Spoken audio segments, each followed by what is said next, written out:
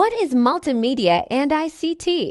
Multimedia and ICT are intertwined as multimedia content requires ICT technologies to be created, distributed, and accessed by users. ICT technologies have enabled the development of multimedia content and its widespread use across various platforms and devices. What are the benefits of multimedia and ICT on education? Government technology, multimedia, and ICT have revolutionized the educational landscape, offering a multitude of benefits. Multimedia and ICT enhance student engagement by providing interactive and dynamic learning experiences. Through videos, animation, and simulations, complex concepts become more accessible and captivating, catering to different learning styles and fostering deeper understanding.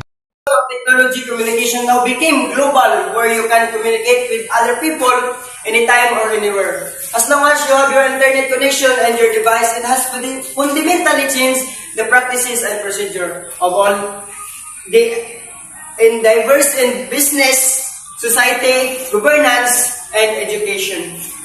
ICT equips students with digital literary skills and vital and empowerment. They learn to navigate, critically evaluate, and ethically use digital resources, ensuring responsible and effective use of technology.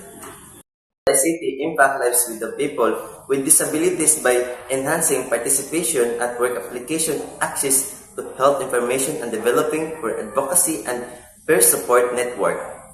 Multimedia provides proper guidance to make the teaching or learning process effective. It gives positive emphasis to the development of the latest methods for effective education. Educational technology makes the teaching process scientific, objective, clear, simple, easy, interesting, and effective.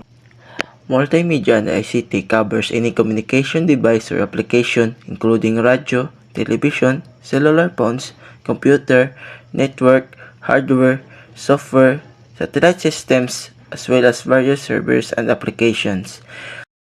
With the help of multimedia and ICT, education improves engagement and knowledge retention. When ICT is integrated into lessons, students become more engaged in their work.